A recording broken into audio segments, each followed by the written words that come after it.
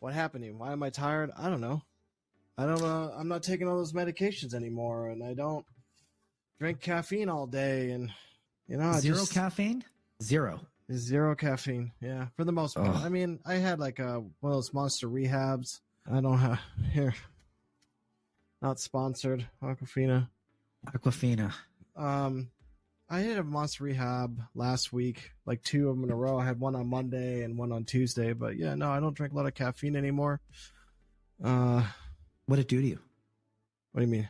Did it give you a headache? Did it make you tachycardic? Did you get flushed or anything? You don't have caffeine, and then all of a sudden, bam. Just dependent on it. I don't want to be dependent on it anymore. Right, but once you went off it, and then you had some, did it hit you? No, not at all. Not even in the slightest. That's the sad part. I was hoping it would. I was hoping I'd like ride some caffeine high or something, and I didn't. I didn't feel anything. I was like, well, that was fucking pointless. I guess my body's like, it's the real shit or nothing. What's the real shit? Cocaine? What's the real shit? Yeah, right. Amphetamines? I don't know. But even then, when I was taking Adderall prescribed, I was taking, at one point, they had about 80 milligrams of it, and I could still take a nap. So, but then, like, my ex-wife at the time, not jokingly, she's had a lot of schoolwork to do and asked if she could take one of my small ones. And I was like, that's fine. I don't condone sharing medications, but it happens. And she was like 12 hours just running nonstop, 12 hours, had anxiety, was stressed out. She's like, I just feel like my heart won't stop. And I'm like, what the fuck? I'd take a nap on this. And I've always been like that. Even in high school, I would drink 3 NOSes a day and be fine. So I'm sure it's something to do with my norepinephrine and stuff like that from things in my life, maybe, but my situation, I think it's the same. Like when I drink this coffee, like I came home, the first thing I did was I got a cup of coffee. Starbucks. I think it's just a cup, but I think I think it's a crutch. I think that it's like in my head. Right. Because like I'll drink this, I'll fall asleep in like a minute and a half in bed. Yeah. This is like warmth and I like the taste of it, but I don't really think it does anything else. Yeah, I don't think caffeine does what it used to. I mean, I remember as a teenager, maybe making me a little wired, a little jittery, but like I never thought it did anything, crazy. I've definitely had other things in my life that have given me more energy, but it's all short-lived, right? It is. And I hate to be this guy, but even when I was an athlete in high school and athlete after high school, and obviously my strongman years, which is a form of athleticism, I would say. I was eating a very specific clean diet. I worked out 5 times a week for over an hour a day. I had a strict workout regimen. I mean, I counted macros, like how much fats, how much protein, I mean, down to like within 10% margin. And I still just tired. Just did not have, like, I didn't feel like I was, everybody says, oh, I worked out, I feel great. Don't get me wrong. There were benefits from it, but I didn't feel like it was the magical solution that every influencer on the internet tells you it is. It doesn't magically answer all your problems. Was I stronger? Yeah. Did I sleep better at night? Yeah, because I was working out every day. I feel better about myself? Sure, all those kind of things. But I didn't have like some euphoric clarity that came out of nowhere, and I think I learned over the years that weird feeling of like being like a natural happiness all the time, like a kind of a general state of slight euphoria, I don't think that exists. I think people that have that are ignorant. Do you have that? No. Do you feel like you just feel happy during the day all the time, or do you feel like it's just a grind? I feel like it's a grind. I mean, I know people. There are a lot of people who, it's hard for me to get there, but there's a time when I'll do enough cardiovascular exercise. The endorphins. Yeah, like I don't want to stop. Right. That happens once in a while. It doesn't happen often, but when I feel it, I know that it exists. But certain people think that they can feel like that all the time. I mean, I think that's a show, personally. Right. I mean, I'm sure there'll be somebody who says, no, I'm happy all the time. And if you are, good for you. But yeah, right. Good for you. You go get them. But I don't think that I could. I just think that a lot of it is like people who are like cheerleader personalities, and they're always trying to like, it's positive and I feel great and I I took 13 vegetables and ground them up in my blender, and I'm drinking this juice that looks like diarrhea, and it's great. It's like, it's not great. Well, I do take men's vitamins now. I take it's like 82. So I bought some like My Men's or something. I spent quite a bit of money. It was like $50 or something for a month's supply, but it's like 82 essential vitamins. And also it has because I don't eat a lot of greens, guys. I'm not a big vegetable person. And I don't recommend that lifestyle. I wish I had a taste for vegetables. And again, it's not a flavor for me. It's the consistency, like the texture that gets to me all the time. Right. But I take vitamins to replace that. And I take like omega-3 fatty acids and stuff like that. So do I. I've noticed a little bit of a benefit with. I feel a little less cloudy in the brain. I feel like my sleep is more productive. But I probably have like sleep apnea. I don't know I have. And I can't do the damn test because they're like, oh, sleep through the night with this thing on your face. And then we'll put something on your face, help you sleep better. You're like, that doesn't seem condoestive to me. It's like that crab thing from Half-Life, that drops on your head. It's like, here, go to bed. It doesn't work. But, I'm on a weight loss journey again. I got out of control. Believe it or not, even though I was taking prescribed amphetamines and all those different medications, I gained a lot of weight on those. And now that I've been on them, I'm down like 7 or 8 pounds now, just in a month or so that I've been off. But it's crazy what medications do to people, And again, I'm never going to say that I don't think people should go to a doctor and get prescribed medications because they will help people. I'm just not that person. And I'm sure there's some magical concoction out there, but I think I'm better helping myself than relying on those things because I know my personality. And if I feel like something is a crutch, I lean too much on it. And that's just something you think you learn with age. But tired. Plus, the ADS stuff. I believe that once ADS takes off and we get up into business, day-to-day business, I think I'll find my niche in life. I think going to the office every day and doing the stuff that I will do every day, running the teams, doing the product evaluation. I think there's going to be a side of me that I don't think none of people have been able to see since, my younger years. Excuse me. Do you ever get afraid? Now, this is like one of the reasons why I'm a doctor is because, you know me. I've been playing computer games since the 80s, right? And of course. And I never wanted. When I did graphic art for a while. I drew some comic books. I did t-shirt design. And I did it to the degree where after a while, I didn't want to draw. Right. Like I was like, I did it. I don't want to do it again. This is now tedious. Like what I enjoyed as a hobby became tedious. So I didn't go into computer science for that exact reason that I was afraid that if I sit in front of a computer all day as a physician, charting, but that's a little different. But if I had to work with computers to the degree that I did, where like my job is computers, that's my job. Right. That eventually I wouldn't want to ever play games because I'd be like, I do this all day long. The last thing I want to do is sit in this chair for a couple more hours. I want to go do something else. You ever feel that way?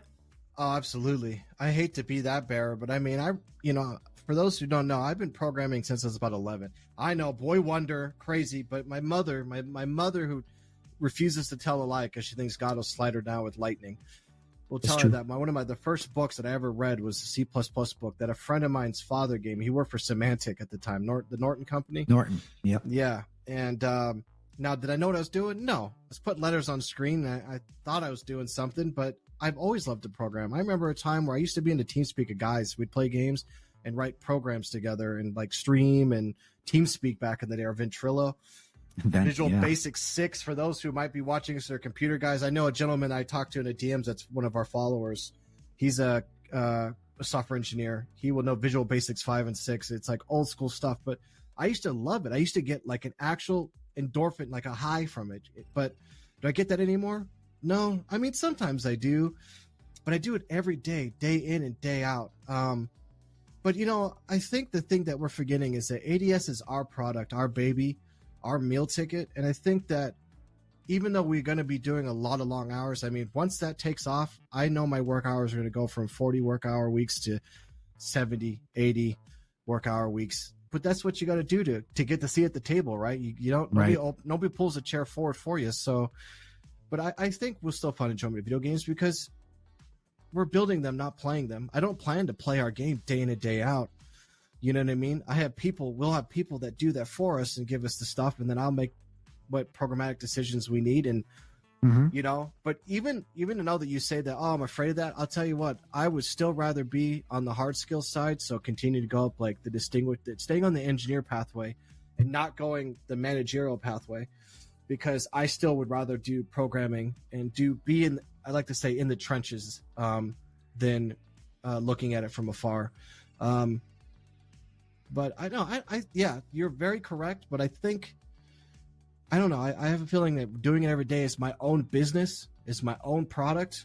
You know, working at that level, I think I'll find a nice happiness there. That's an angle I didn't think about. And like, you know, it's maybe one thing, like if you were working for a software company that like it wasn't your baby, it wasn't your product, like you were just like, I'm working for Blizzard or I'm working for Activision, and I just, you know, I do this part, and then eventually you're like, no.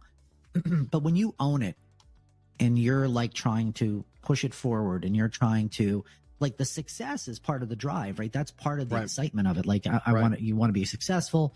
You know, you the seat at the table is like, you want people to come to your booth at PAX West or whatever, you know what I mean? Or Gamescom or the be on the stage, you know? Right, with a big freaking screen behind you, you know?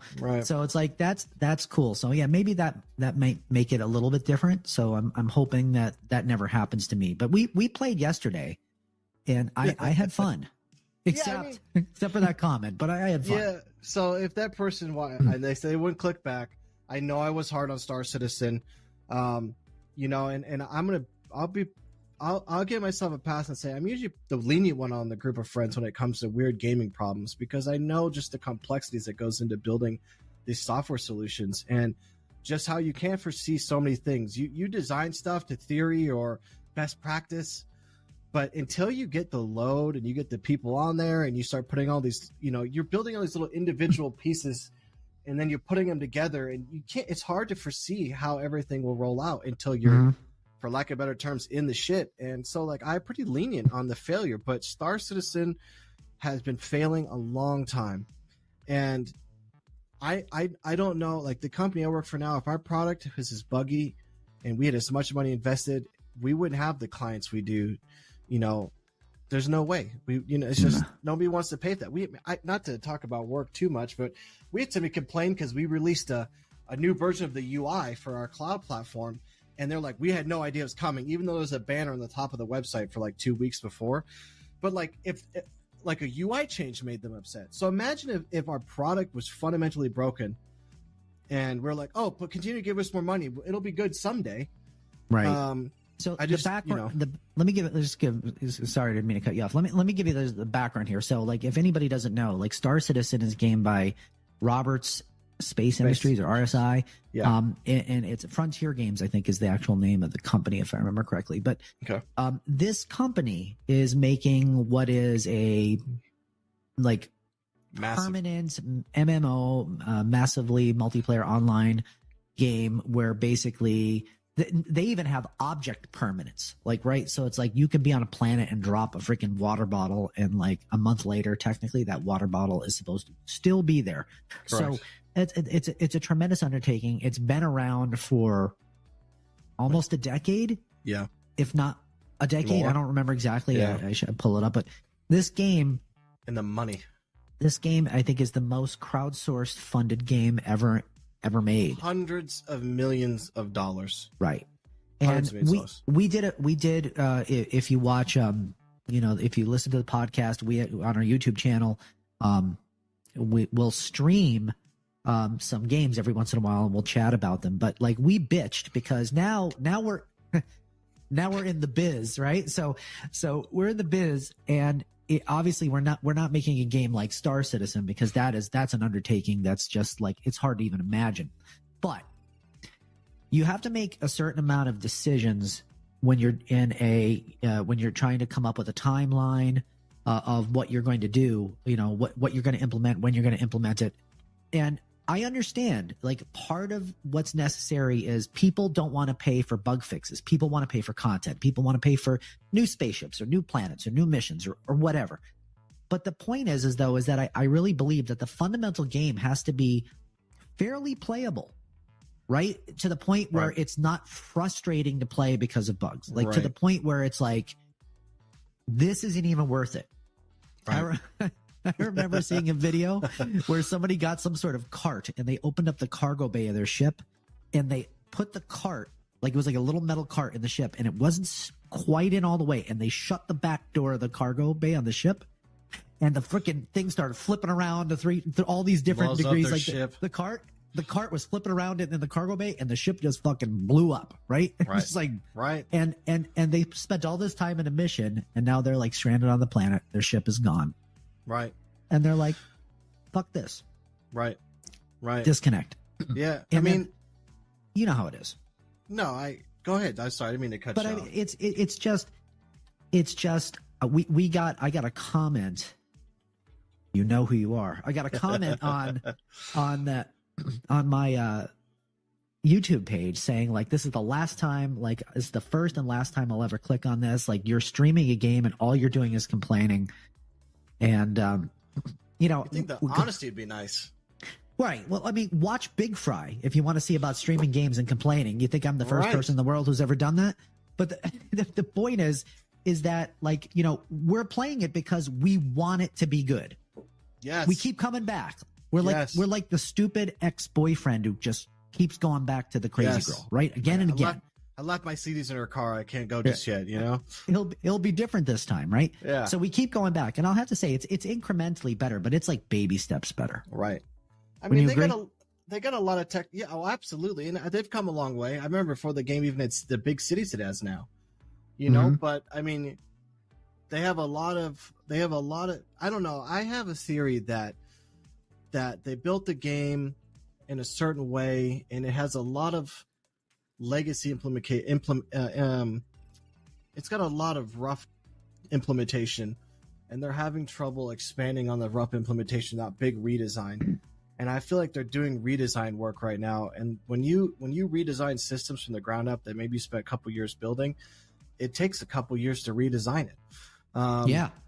You know, even in my own company, I had to rebuild a microservice, just a chunk of functionality from a previous existing service into its own service. And it took me like 8 months to do it, a month of testing. And even now it's not even in production yet. It's still being kind of used in the back end. And in the 8 months, 9 months, I had to rebuild it. So many things had changed that there's some mechanics of that don't even used anymore. Mhm. You know, and I don't know what size team they have. I don't know what their engineering experience is. I don't really know much about Robert Space Industries or Frontier Game or whatever they are. It's actually, it's not Frontier. It is, I apologize. Just went to the Wikipedia to see it's Cloud Imperium. Cloud Imperium. It's a cool Sorry. name. But they have a, you know, with the game at that scale though, there was probably some technologies they didn't have back then that they do now. Right. So that requires new design. And, you know, with Project Permanence and just the scale that they're doing things, there's a lot of systems that, you know, there's a lot of complexities that they have to implement, and it would take a team of guys months to do, years of debugging. And so I have a soft spot in my heart for what they're doing, because I know for personal experience being in the trenches that it sucks. It's a lot to do. But I would give a lot of money to have them. A lot of money. I'd give a lot of my soul to have the money they do and the team they have to do what we need to do. If I just had like 5% of what they have, MOE, we would be on the market already, probably, Right, and more. right. And the network solutions that we're building would be built in concrete. Right. So I don't know, and I wonder if there's internal business turmoil, if they had turnovers and Right. you know, stuff like that. You know, Who every knows? time an engineer quits and another engineer comes on, it's like 8 months to a year ramp up before Mhm. they're productive back on the team. So it's like, I'm curious of what hurdles they have. But yes, I want Star Citizen to be good. And if it was good, I would probably only play that game. Yeah, I agree. So You know? I looked it up. So crowdfunding started in 2012. So it has been 10 years, more than So- a decade. So, and it quickly surpassed its goal. I think it originally campaign was 6.2 million, and I think Why are we getting uh, that? Why can't we total crowdfund 6.2 million, Doc? I don't know, total private funding. Jesus, it says here The documents that revealed that in 5 years development from 2012 to 2017, the company spent $193 million. That's more than Starfield in financials, right? So it makes a ton of money, and they keep releasing like new ships. There's a Citizen Con, so there is a Star Citizen convention every year. So they release new stuff, but the point is like when you go on a mission, the enemy is just crouched and like just sitting there. If you drop a gun, you may not be able to pick it up. Right. It's fun because it's vast and there's a lot of cool things and there's a lot of interesting programming in there. Like we found out that like if you go next to a planet, the missions are going to be different. If you wait, it'll refresh. So there's like a lot of missions, and I know they're trying to probably do like missions that are like automatically generated to provide continual content and all that stuff. But it's but the base game, like flying around, can't be crashing. We were talking in an old podcast. You can't stand in a ship; you'll glitch out. That bug still exists. Our friend Sylvie was playing it, and he like actually morphed out of the ship and like was left like 200 million kilometers away in a second. I watched a new player guide today that was only like a month old, and that bug is still something to be cautious of. Is it really? Yes. They said that. They recommend you sit down if you're a passenger. I wanted to bring up some numbers though. So we're talking about how much did you say they spent in the last 600 million, 500 million? No. It said so. 5 years. Let's say total private funding, I think in 2020 was 63 million, and then it says here in some financial document they related that the documents stated that the company spent 193 million.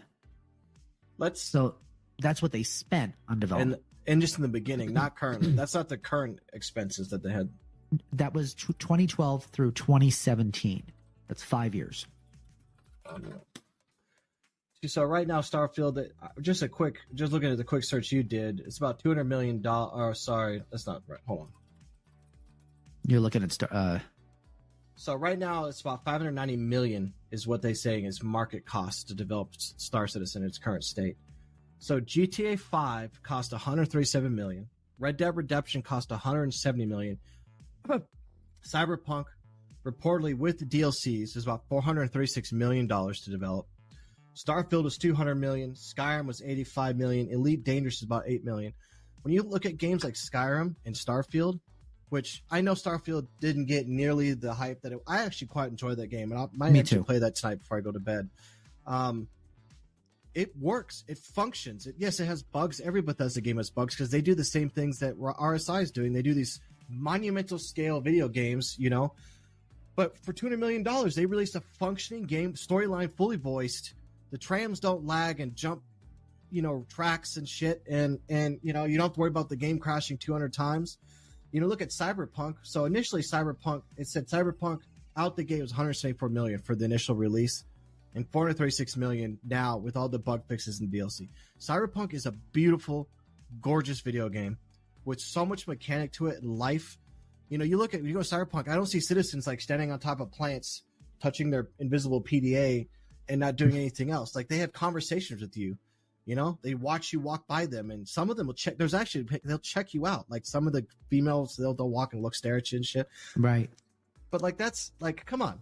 I don't get how these games companies like the people that made Cyberpunk, how are they able to make a game just like that with graphics beyond stars? I'm going to be honest. Cyberpunk is higher end graphics than most of these games today. Starfield is beautiful graphics. And they're fractions of the cost, and they've got fully completed functioning games with DLC on release in the market. I don't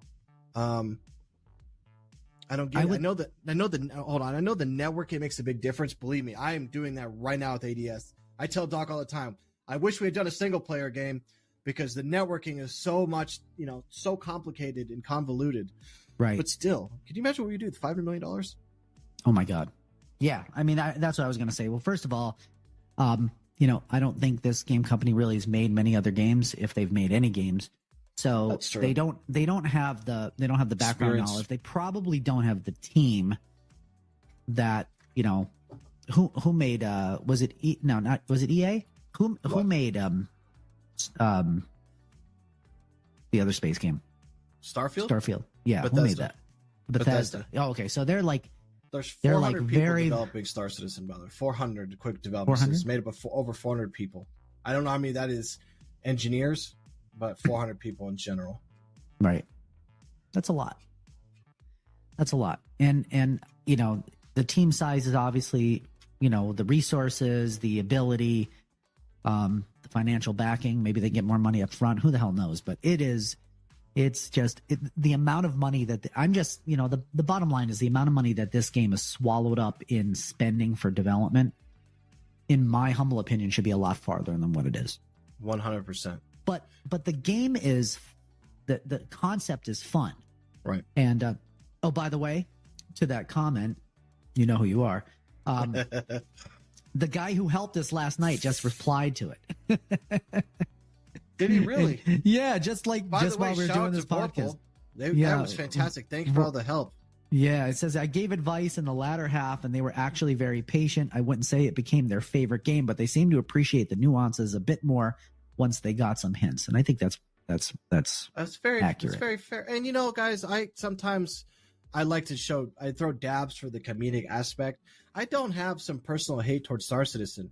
I really don't. I mean, it's on my YouTube feeds during the day when I'm working. I watch guys do their own, you know, playoff grid and, you know, Bounty Hunter and Star Citizen. And I want the game to be so good. I can't express. I mean, last night I literally was changing overclock profiles and memory timings to dial things in just so I could play Star Citizen.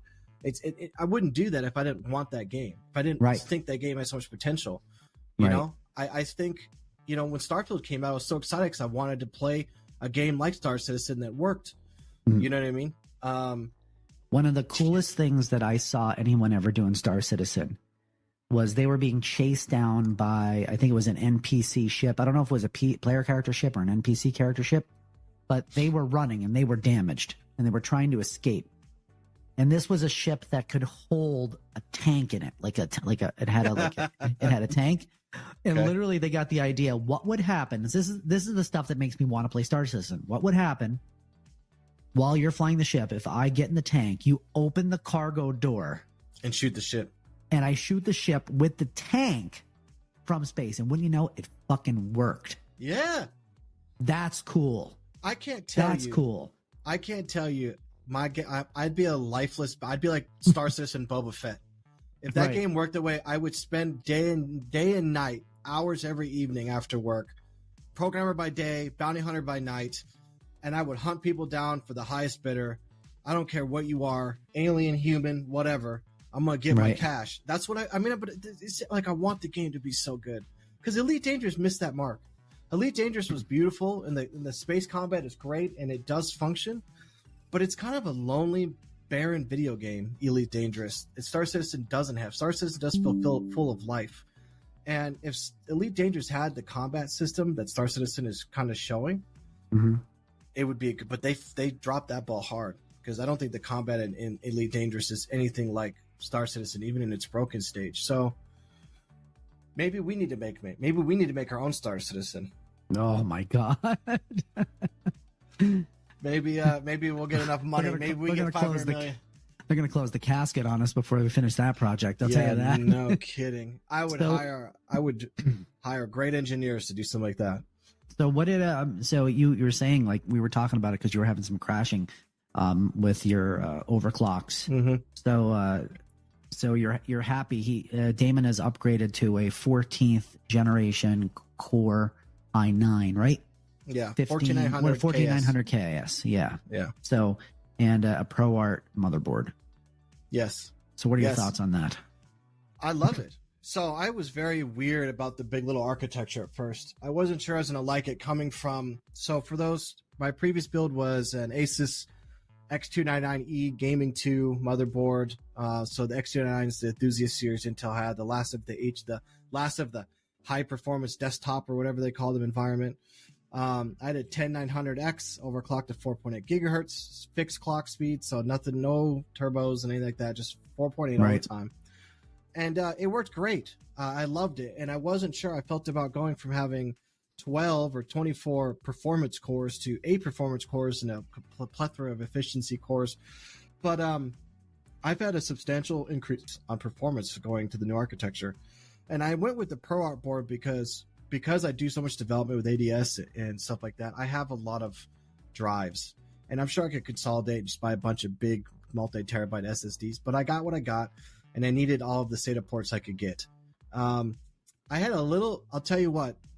Overclocking this new platform is very weird compared to where I came from. So there's a bit of a learning curve for me. But I was actually able to get quite a good, solid foundation. And now I'm not in a fixed clock. I would like to do a fixed overclock, but I'm not really sure how to do that on the Big Little, because now it's not just overclocking, just performance cores. You have to do a complete separate overclock for the efficiency cores, and they all run independently, and you got to figure everything out. And so I got a lot of learning to do to start punching in numbers, but I love it. I'm honestly, the fact that I was playing Cyberpunk today on ray tracing, and again, guys, I have a 3080 Asus Strix 3080 OC, so a little power out the gate, but nothing mind blowing. 12 gigs VRAM, stuff like that. Right. I have that overclocked about 10% or so within a appropriate thermal range. But I mean, I was getting 50, 60 FPS on ray tracing overdriven with psychographics. You and I were doing that about 50 FPS, and I can play the game smooth. And I realized that even though I had a 10900X with the great overclock and stuff, it was a huge bottleneck for me in gaming performance. So I'm definitely getting way more gaming functionality out of this new build, and I like the efficiency cores. I've noticed that at the Visual Studios, my development tools leverage a lot of the efficiency cores over the performance cores. Which has been really nice for doing these big when I'm rebuilding the Unreal Engine, things like that. I'm noticing across the board utilization. So some of my fears have been squelched. That's good. So I would recommend awesome. it. If you have an older Intel platform and you got a little bit of birthday money, I would recommend the build. You don't have to do the KS. I'm a weirdo. I wanted the special edition with the little plastic disc, because I'm a goober. But right. I mean, I rebuilt the whole system for $600. Now, mind you, I have the case, I have the graphics card, I have all the drives and stuff. But motherboard, RAM, and I always recommend Asus MSI Gigabyte boards. Try to stay away from ASRock and things like that. Now, I don't know what the quality of them is now, but I like my Asus stuff. Asus and Corsair tend to be my main go-to for, How many SATA ports do you have on that? So I lost 2.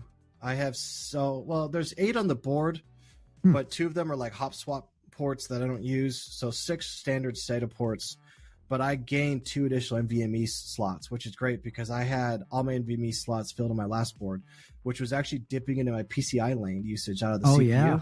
They will, and I don't have that anymore. I don't have that problem now because these have like some crazy number of PCI lanes and shared resources and stuff. So I recommend it. I didn't want to spend the money.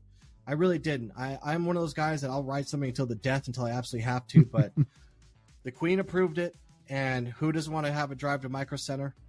Nerd Mecca, as I call it. And it was fun. It was a fun purchase. The Pro Art board's gorgeous. I really. It is pretty. If you don't want the flashy graphic board, because I'm doing a black gold design with my system, the wood color we were talking about the other day, I really recommend it. So that's awesome. Yeah, if you guys don't have a Micro Center nearby, it's good for you because it's easy on the wallet then, but it's bad for you because it is basically a Best Buy or bigger size store that basically it has like everything. TVs and everything else is computer based, routers and switches and there's a whole aisle of just keyboards. Commercial equipment. Yeah, they have it all. 3D printers, monitors, computer spend desk a lot of money. Yeah, you spent a lot of money at Micro Center, and I saved money there. I actually saved about $100 said and done out the door at Micro Center that I did Amazon. Is that because you bought it as a package, like the processor with the motherboard? No, I just they had different memory package options available for me, and this is the Micro Center Houston for me. Now Denver Micro Center is my home base, but I'm in Houston right now. But the guy that worked with me was so knowledgeable, which is something really nice to get because it's nice to be able to go, here's the weird things that I need and give them the technical expectation and have him know what you're talking about and immediately know how to support you and get the things you need. And I ended up with a different set of RAM than I was initially going for. But I saved about $100, $120 or so off that. And I'll upgrade at a later point. I'm not that too picky. RAM timings is it's like paddle shifters in your car. Like, are you going to be street racer? Are you going to like go out and beat Brandenburg time? No, but like to have the fast stuff. Yep. I get it. And I tried to. I almost went there over the weekend. And there's one in Brooklyn and there's one in New Jersey. I almost went there, and I'm like, you know what? I really don't need anything there. And if I go in there, I'm going to buy something, and I'm just gonna be sad. If we get 100,000 likes on this video, Doc has to buy me a Founders Edition 4090. There you go. In the next 7 days, 100,000 likes. Don't test me. I'll hire like an Indian vote farm if we need to. That's a cheap investment. Yeah. That's the next purchase though. A new graphics card. I love my 3080. But my girlfriend could use it. She's running a 3060 still. And even though it does great for what she needs, with the amount of graphics work she's doing, I would like to get her into a 3080. And I could always use more graphics power. They say that the 5080, 5090 should be out this year. That's probably what I'll wait for then. I'll probably just wait for the 5000 series, get that Founder Edition card. Yeah. I wonder what they're going to charge for that. Probably the same. 2Gs? Yeah, about $2,000, $2,100 would be my guess. Video cards used to be $300 to $500, like max. Oh, I know. I remember. Get yourself a Diamond Stealth 3D or whatever the hell they were. What was your first like real graphics card? Not like a Voodoo or. It was a Voodoo. Not Voodoo. Like when you're doing your first like Pentium 4 build, getting out of the old kind of slow architecture. We started getting into the hyper threaded architecture. What was your first like real graphics card? It had to be something by Diamond. I used to buy all stuff from Diamond. I think mine was Diamond too, to be honest with you. Yeah, Diamond still is around. They just make like stupid stuff for like. They make some graphics cards. I think they make stuff to like convert videos to like PC and stuff. They don't have the stuff that they do now. But the first game I ever played with a 3D accelerator was Descent. Me too, actually. And it was like, wow, I'm like going around and the whole map is rotating Which around. One? Just the first Descent or Descent 2? I don't or remember. 3, the 3D one? It was not 3. So it had to be 2. I assume it was 2. Yeah. And that's when I saw like the true power of that. I remember, you want to go back really old. I remember I had a 286 with 16 megabytes or 8 megabytes of RAM. And, wow. And I wanted to play Dragon's Lair, but it needed 16 megabytes of RAM. So I had to go to the electronic boutique before they were GameStop and buy 2 more RAM chips and put them in just so I can play Dragon's Lair. I had to do that with Diablo. So I don't have as much. My first computer was an IBM Aptiva. Oh, I can't remember that. IBM Aptiva with like that crappy eggshell white color that everything had. Everything. Yes. Now, I had a computer before that, but it was more my mom's computer, and I don't remember. It was like an 8086. Like, it was an old system, so I don't remember what that one was. Or 46, I think is what it was. Not 8086, 46. But this one was an AMD with 333 megahertz. It had 64 megs of SD RAM and 2 megabyte onboard Radeon card at the time. I could just play Age of Empires. Just enough to play Age of Empires. 12 FPS. My mom upgraded Christmas one day. She got us 128 megs of RAM in total, and I had some, I can't remember, Sound Blaster or something. So I was able to play Duke Nukem 3D. Barely. Oh yeah. Barely could play Duke Nukem 3 at the time, but I was able to play Diablo 2, which is all we wanted to do is play Diablo 2, and Myst. So we could play Myst. We could play Myst. We could barely run Riven, and then they came out with Myst Exiles, which was like that 3D version. And it just could not handle it. Eventually, my mom went to a Pentium 4 system, and we had a 2800 Radeon card. And I used to try to squeak Doom 3 out of that, and it could barely run like 28 FPS. But I was a young kid. I didn't give a shit. I just wanted to play Doom. I was always into like tablet computers before like iPads and stuff around. And Microsoft came out with the first tablet OS. It was just a Windows OS, but it was like tablet PC. And Motion Computers made a tablet. And it was wow, Motion Computers. That's a name drop. It came with a pen, and my whole goal was to get Star Wars Galaxies running on it.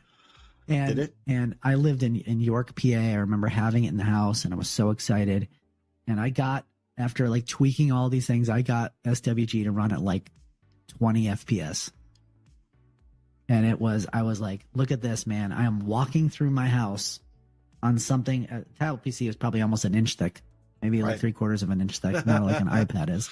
But I'm running through it. I'm like, I am walking through a house with a tablet playing Star Wars Galaxies Online. And that was like a mind blown thing. It sucked, but it worked. But I remember that. I don't think so. I played Galaxies. 03 is when it came out. I got it right when it came out. Me too. I think I stole a 20 out of my mom's wallet or something as a kid to go buy it. Sorry, Mom. That was Star Wars Galaxies the only time I'd ever steal, I guess, because I'm not a thief by any nature, but with Galaxies. But the computer we had at the time was my mom had brought home a computer from her because she used to be a graphic designer, like, way back in the day. And it was like 600 megahertz or something. I could barely, and I mean barely, run Galaxies on low graphics at the time. You're talking 600, 640 by 800 or whatever the resolution was. Yeah. Game thing with graphics card I had some old, maybe it was a Voodoo or something at the time. It barely ran Galaxies, but I didn't care. I ran around that game at 15 FPS and I was happy with it. Mm-hmm. That game changed my life. Galaxies changed my life. It got me through some hard times as a kid, and that's why I still play it today, 20 plus years later. We played it. The stream before the Star Citizen Angry Guy Star Citizen stream was we gotta play it again. We gotta play it again. We do. We having fun? Oh yeah. Yeah, absolutely. You got to get the hang of it again because so many games have come out since then that even the controls, just trying to remember it all. And I remember, but you didn't play the NGE. No, so this is your first time playing the new game enhancements or whatever that they kind of ruined the game with. So yeah, as Star Wars Galaxies came out before World of Warcraft, and it was it's a better game, and it was a very grindy game, and sandbox to the core. It was sandbox, like these missions you would go to a mission terminal and you would it would be just an instance mission, like go you kill were the not people. Special. Galaxies did not make you special. Go kill the people in this bunker and then lair, come back, right? And that was it. And you could do whatever you want. People would set up shops and they started like making weapons and making armor. And the big fun of Star Wars Galaxies was not boss fights, was not like legendary raids or anything like that. It was like you were hunting materials. You wanted a crate dragon pearl, or you want a Kimogilla scales for Kimogilla scale. Yeah. So you would have to take a bunch of people to fight these creatures that just live with the hopes that you would be able to loot an item, right? That you can put into a recipe and it would boost the stats. Boss. Everything was a boss in Galaxies, really. So, and it was fun. There were Jedis in the game. The game never told anyone how to be a Jedi. They wouldn't release that information. So people had to do, like, I think you had to master every profession. 7. You had to master 7 professions. And then old man somebody would visit you. Yeah, and then he would teach you the ways of the Force. But that was the only way, and people didn't know. And I like that they didn't tell it. Right, but they didn't tell you. Right. It said you could do it. There was no information on how to do it. Well, in the first iteration of that, the Jedi, when you die as a Jedi, that was it. You permadeath your character. They got rid of that. I got some really, because I used to be a bounty hunter. I definitely have a permadeath or two on my record back in the day as a snotty 11-year-old or whatever I was, But I mean, more than just the resource gathering, the game let you do whatever you want. It was living in Star Wars. You could put a house down. You could start a player city. The traders were your own shops that people put up, as you were just discussing. And then on top of that, the I don't know what to call it, profession system. It wasn't like one profession. Like you could mix and match to make something that works best for you. I mean, I loved Bounty Hunter because like you literally were hunting down real people to make money. In Jedi at the time, if they had brought their lightsaber out in public, immediately flagged them on the Bounty Hunter terminals. You go to your shadow contact at like some shitty alleyway, and he'd give you, and you have to like use probe droids to like find them, and it would sometimes take a long time to figure out where they were at. And then you'd hunt them down. The fights would be like 45 minutes long if they didn't run into a house or something to try to get away from you. Right. So, and there was some missions. Remember, there were some instances. You remember the Corellia Corvette mission that Jabba the Hutt gave you? That's how you got the AV-21, like the fancy sports speeder. You had to get the power plant from that mission. Yeah, they they started doing that later on, but yeah, I do remember that. That was pre-CU though. It wasn't. Oh, Like, it was. it wasn't like major instance, but Right. it was. If you died in the mission, that was it. Like, Right. you can't just go back and run into it again. You'd have to set everything up, and God, Yeah, I missed that game. They did like I think Geonosis or whatever it was with those Yep. bugs. You had to go there. Mhm. I remember they had you would like try to go to Kashyyyk, right? You would go to the Wookiee That came homeworld. You later. would do stuff. Yeah, Kashyyyk these came were later. updates, but it was still pre-combat upgrade. Mhm. And then when WoW came out, WoW was like fighting bosses and Yep. these attacks, and you had all these colorful More attack story-driven. icons, right? And so they tried to make that because it was immensely popular. As interestingly enough, it still is. I mean, maybe not to the degree it was in the past, but I mean what game has a longer play time frame than WoW? I mean, not many. Yeah.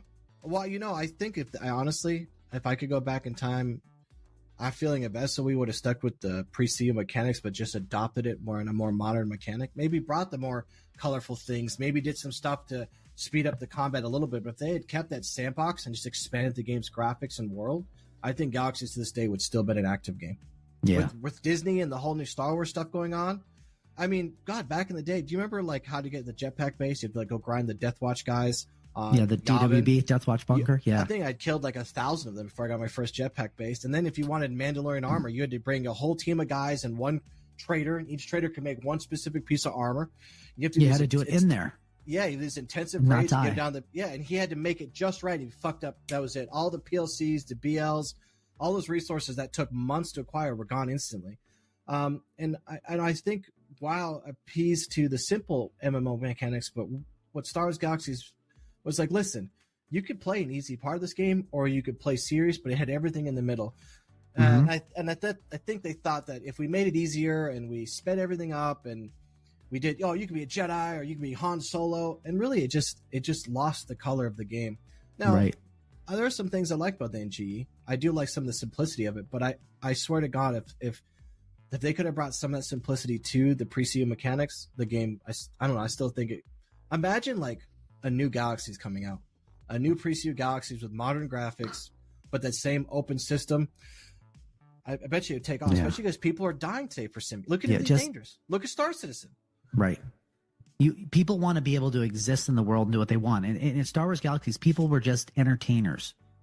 Right. They would like hang out in the cantinas. Just for the socialness. They would hang out, chit chat. They would the cantinas would buff, like they would buff your characters. So if they played music or they danced and you watched them, you would get like different kind of buffs. So each class needed the other class for something. Like people who made spice as a buff, people who danced as a buff, and then of course just regular like doctors or healers, and then commandos were able to take out bigger things, and then you had the Terraskasi who were like the Bruce Lees of the. That's what I was. I was a TKM of the game, and they used to just like kick people's ass one-on-one, and it was just you could do anything. You could just be a crafter, right? Yeah. And all you do is I'm going to make weapons and make tons of money. And people took it serious. There was crafters on the servers that like their name was known in the community because they min-maxed the equipment. And sure, they were a little more expensive than the guy in the average vendor. And you couldn't even buy the set armor you wanted. You couldn't just buy off a vendor. You had to like petition it through an email, and the guy would give you a price. You'd pay him, and you give him the $10 million because he was trusted because, the billion guild members you've had bought it from him prior. And then they added light speed, which I thought was the open space combat was phenomenal. I think that was fun. Yeah. I mean, literally some of the ships people could walk around in it. So while you're flying the ship, people could walk in your ship and you could decorate it. They look out the windows and see space. And I mean, the game was well above its time. And I think they try to make it like WoW. And WoW is WoW. Star Wars Galaxies, and they should have just kept them in their independence like that. Right. But I mean, you look at games like EVE Online, you look at games like Star Citizen or Elite Dangerous, people want the simulation. I don't know why they dived from that.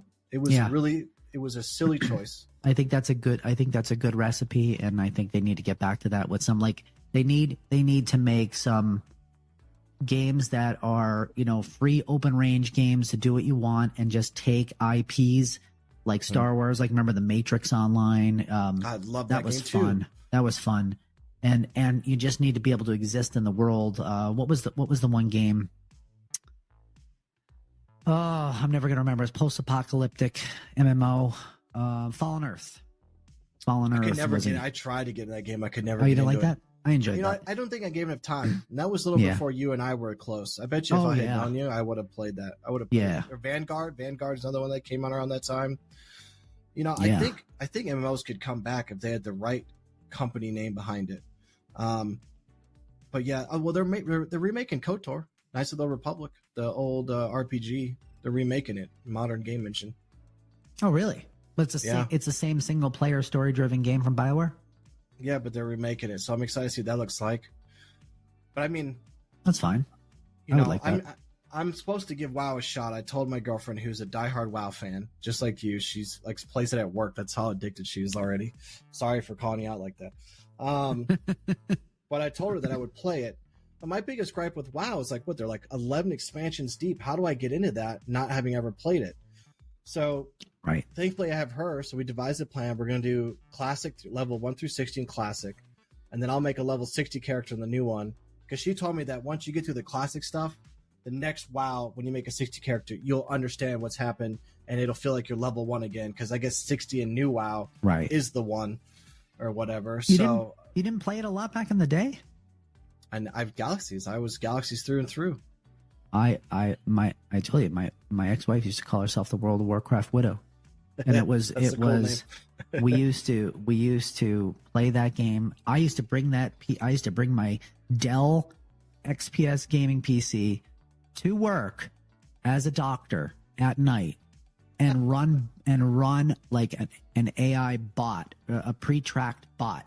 I would have this software that would control that you'd walk and auto kill everything, loot, because you were like trying to grind for something, and he would just keep walking in the circle, and you would just hit enter, and you would walk away from the game, and the game would your guy would just kill things, auto loot, kill things, auto loot. Oh yeah, you would get banned. You would get banned. So every once in a while, you have to go in and move around a little bit, do some crazy movements, so it wasn't.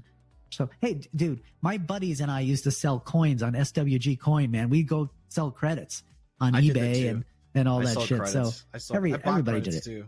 I bought credits a couple of times. So did I. I bought credits too. But I did the same thing. I mean, my first couple of girlfriends hated me because I used to take my computer. Like they'd be like, "Oh, we're gonna spend the week with my parents." I'm like, "I'm bringing my computer because I'm gonna play Galaxies." I was running a guild at the time. I was like in a guild war or something, and I had to I was like, "I cannot be here. I want to be with you, but I gotta also be in Galaxies." Did you have a laptop, or you had to bring your whole desktop? I brought my whole damn desktop. I used to have the Landboy, the like strappy thing that would strap on your case with the handle, little slot for your keyboard, and because I used to. Back in the day, I used to take my computer to my friend's house. We'd play Halo, we'd play Splinter Cell, Battlefield 1942, Command and Conquer. God, the good old days. It's the last time I remember being like a generally happy human being. There you go. Taking my computer to my friend's house, drinking Mountain Dew. And that's why we're playing it now, because we're trying to get it back. We're like, give us the dopamine, just a little bit. But you know what? Not to turn the conversation serious, but I mean, Galaxies got me through 2 divorces with my parents, and it got me through a lot of troubled childhood stuff that was going on in my life. Galaxies gave me an escape that I didn't have in the real world. I got to go on and be in my own universe, and I'm sure there's some psychiatrists out there like, "Oh, that's not healthy," but to me, it was a nice escape. You can't tell me that you didn't enjoy the escape, the world escape. It was fantastic. I remember thinking about like bringing my computer to work, because back in the day, like when you worked in the ER at night, no one came in. Like no one. If somebody was like really, really sick, they would come in. I remember we used to actually be able to sleep at night. Like doctors used to be able to ER doctors used to be able to go to bed. Didn't you guys have like a bed? Yeah, so it was a room, right? Yeah, there's like a call room. So we would say, and we had 2 doctors on, and there was already not even enough people to be seen when there was 2 doctors. So one of us would go from sleep from 11 p.m. to 3 a.m. and then the other doctor would get up, and then you would be up then from 3 a.m. to 7. So we'd split the last 8 hours. One doc would sleep, the other doc would stay awake, then flip. And I remember that it was almost time for me to go to sleep, but there was no one in the ER, so I was playing WoW. And I was running a raid. You know what I mean? It's like, and then we're on the last boss, and like a cardiac arrest is coming in. Oh no. So I woke the guy up who was sleeping like 15 minutes early. I'm like, hey, listen, like I'm trying to fight this boss. Can you please come in and take care of this patient so that I can finish this raid? And he's like, you got to be kidding me. And I'm like, I'll owe you. It's just 15 minutes early. And he's like, whatever. And he comes out and he took care of the patient, and he got up 15 minutes early because I needed to finish fighting a boss and never be able. You get fired for that today, guaranteed. That'd be the last day of your job. I used to do EVE Online. I used to play EVE Online. Oh, I was a systems administrator, and I would work real hard to get stuff in place, and then like people put in tickets. And I'm like, oh, that ticket's not important. I just played EVE Online during the day.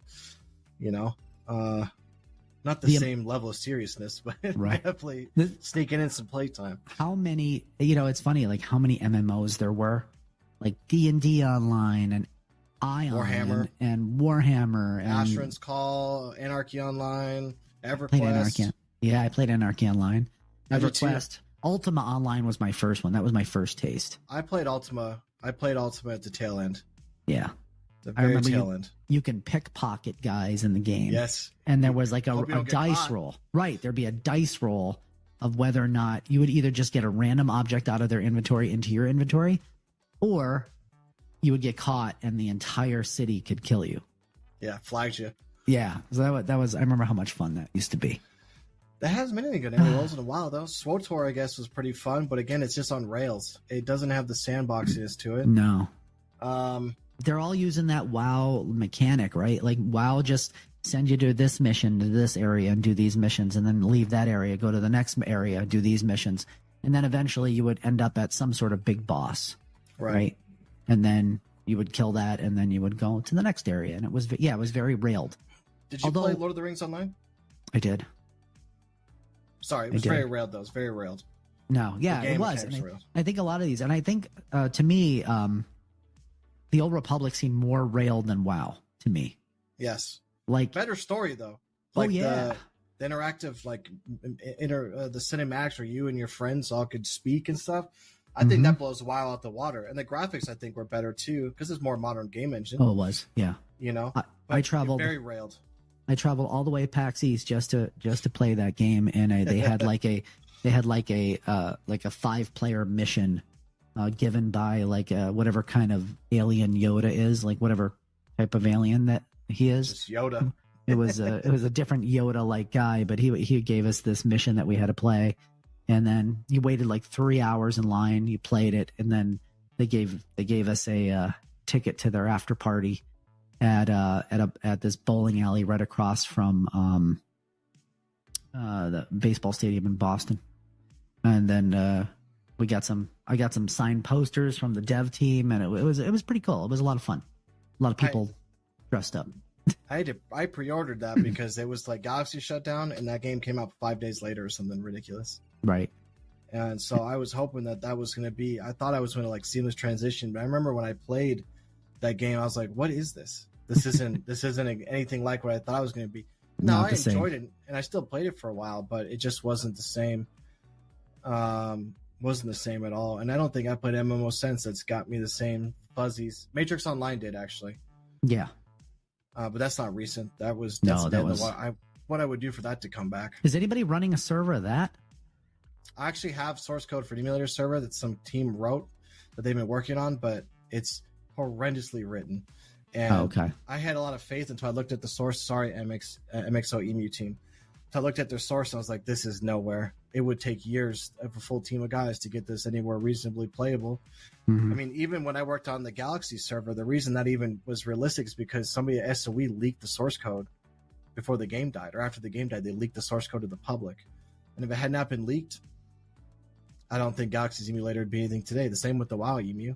Then they shut that down with Classic because they made Classic, which solved which was a smart business move. Very smart. If Blizzard anything, that was a smart fucking business move. Oh, definitely. Now there is emulator server, which I've actually offered to do some help on the side with what little time I have, but they're doing the Lord of the Rings Online server. They're trying to bring a classic version of that back, which I'm really excited for. So I'll have to let you know when that comes out. We should play that together.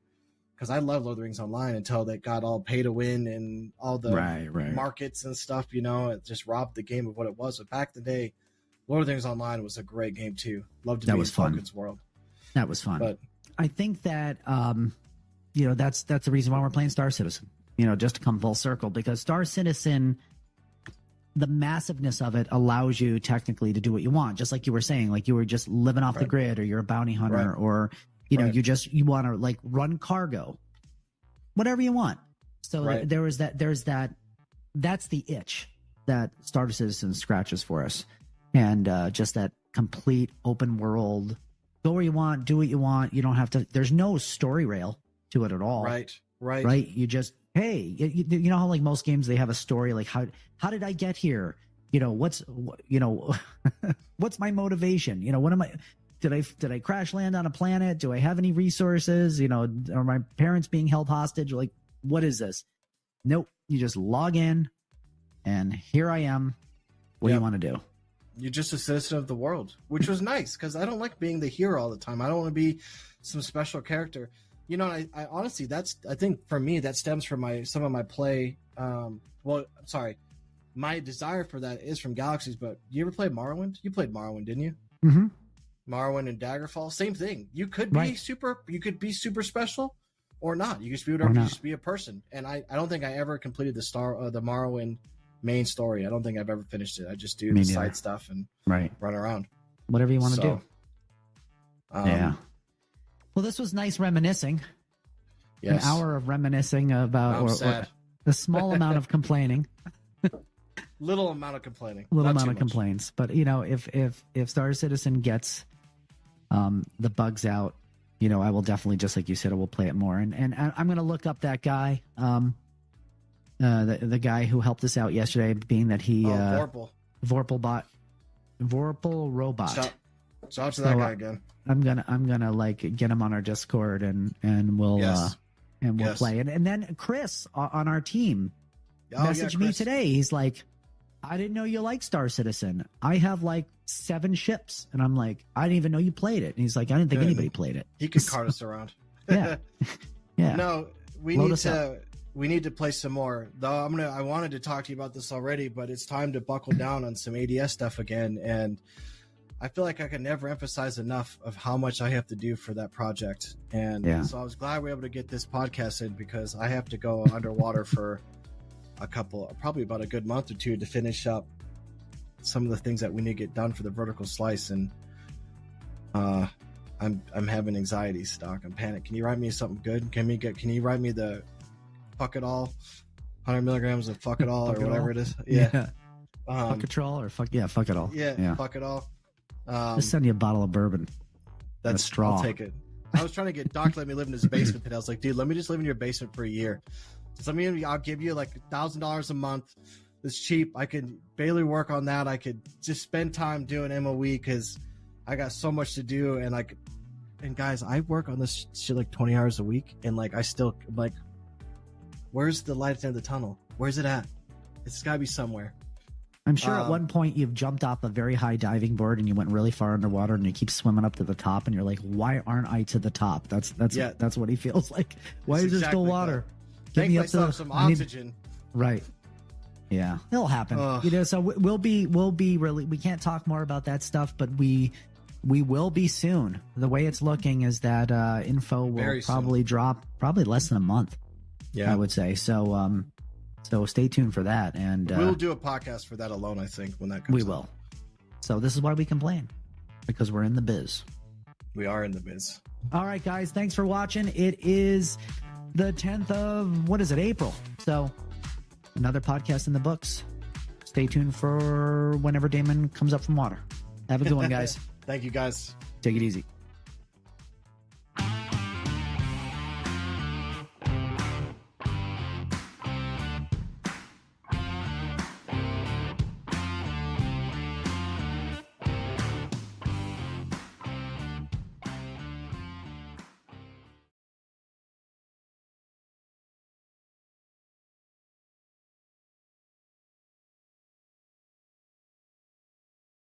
I would take you guys swimming, but we don't have our swimsuits.